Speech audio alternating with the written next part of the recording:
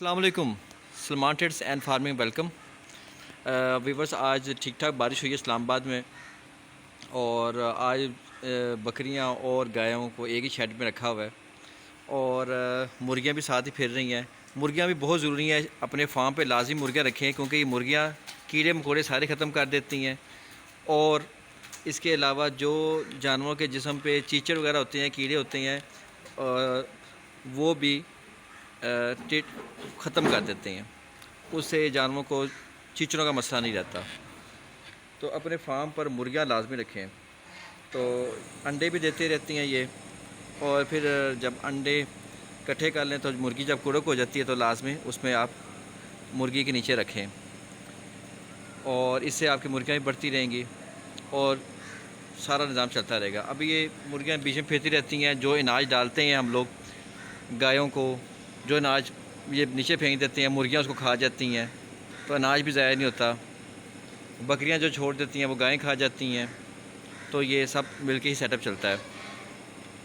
और बकरियाँ में तो वैसे ही बहुत फ़ायदा, ये भी बच्चे देती रहती हैं माशाल्लाह से और बढ़ जाते हैं। वो हमारे ईद पे भी काम आ जाती हैं, गोश्त के लिए भी काम आ जाते हैं और सेल भी कर देते हैं।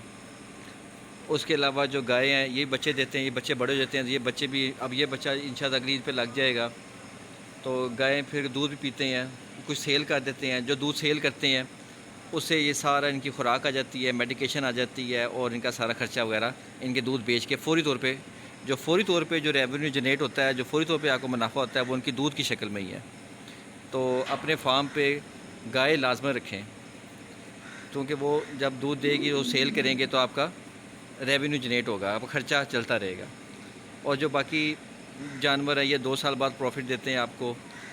ये भी कमेटी डली हुई है और ईद पे सेल करेंगे ज़्यादा डबल फ़ायदा होता है आपको।